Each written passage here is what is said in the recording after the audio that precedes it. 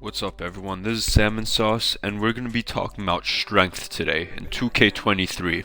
So how important is strength? Do you need strength on your build?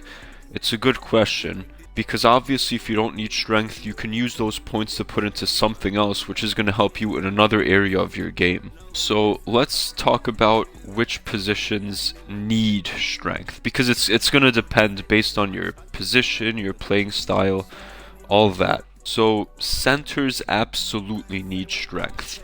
If you were a center, there is absolutely no way you should be going under a 70 strength, and even 70 strength is pretty low for a center. So let's go over why you need strength as a center. If you look at the badges on the right hand side, look at the badges that pop up when I upgrade it. You get brick wall, you need strength for setting good screens. You see box out beast, you need strength in order to box out, in order to grab rebounds. Then you see back down punisher in the finishing section. It helps you back people down in the post, as well as stopping other players from backing you down in the post. Me personally, I know I said 70 is the lowest, but again, 70 is absolute bare minimum. Even 70 is very low. I would personally recommend an 83 strength for centers, because this is the level that you get gold box out beast. You still get silver back down punisher, so you could still do a little bit of damage in the post, and then you still get silver brick wall. So that's for centers.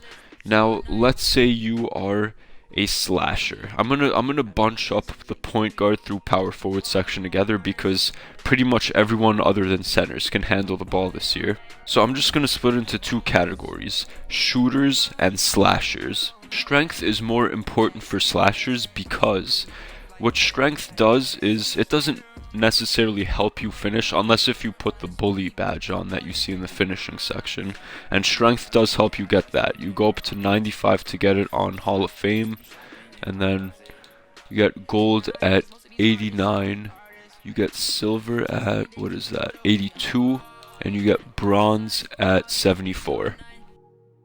So bully does help you finish, but strength in general doesn't really help you finish. But what strength does actually do is it helps you preserve your stamina while playing through contact. So if you're constantly slashing and playing through contact, eventually this is really going to drain your stamina. So if you have a lot of strength, it's going to prevent that.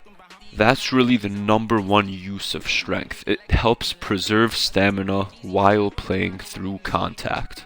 And of course the same things that I said for the center apply. So if you're power forward, again, you're going to want more strength, because you want to be able to box out. Even if you don't really play too much of a style where you're backing players down and maybe you're not even really setting screens, boxing players out as a power forward is still important. So personally, I would recommend somewhere in the 70s. 74 is nice because you do get bully. If you really want to make a crazy build based on the bully badge, you could go full on 95. That would be pretty fun.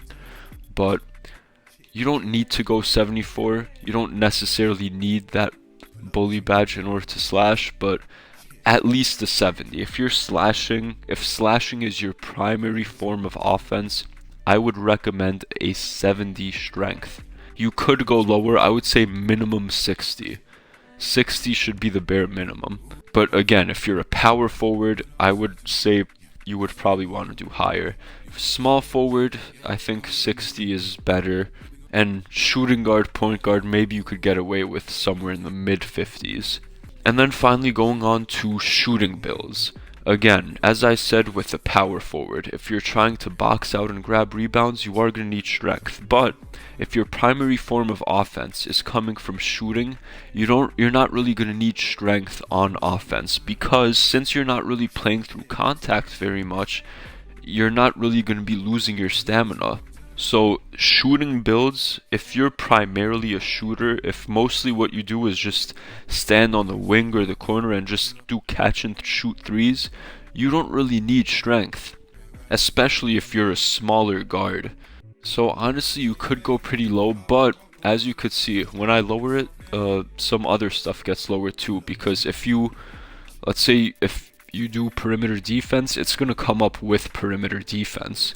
So if you're a guard and you have 86 perimeter defense, your strength is going to come up to a 36. There's nothing you could do about that, but just make sure that if you're a shooting build, you put your strength as low as possible, because you want to put those valuable points into other areas of your game. You don't want to be wasting your points. And I guess I could just add one last section, which is more of a well-balanced build. If you're not really quite just a shooter and you're not quite just a slasher, and you sort of do both depending on how the defense plays you, then I would recommend that you go somewhere maybe around a 50 strength.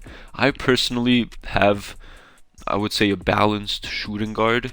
Some games I do a lot of shooting, and some games I don't shoot that much and I slash a lot more, depending on the defense. So for my shooting guard, which is a 6'6 shooting guard, I have a 60 strength. Now you don't need to go that high. I did go a little bit higher just in case, but honestly you could get away with doing a 55 or maybe even a 50. So that's what I would recommend for more of the well-balanced offense builds. If you guys have any questions about this, feel free to let me know down in the comment section below, and I will get back to you as soon as I can. Hit the like button if you found this video helpful. Click the subscribe button because I have a lot other helpful videos coming out soon, and hit the notification bell so you can see it as soon as it comes out. So thank you all for watching, and make sure that each and every one of you have the most splendid day.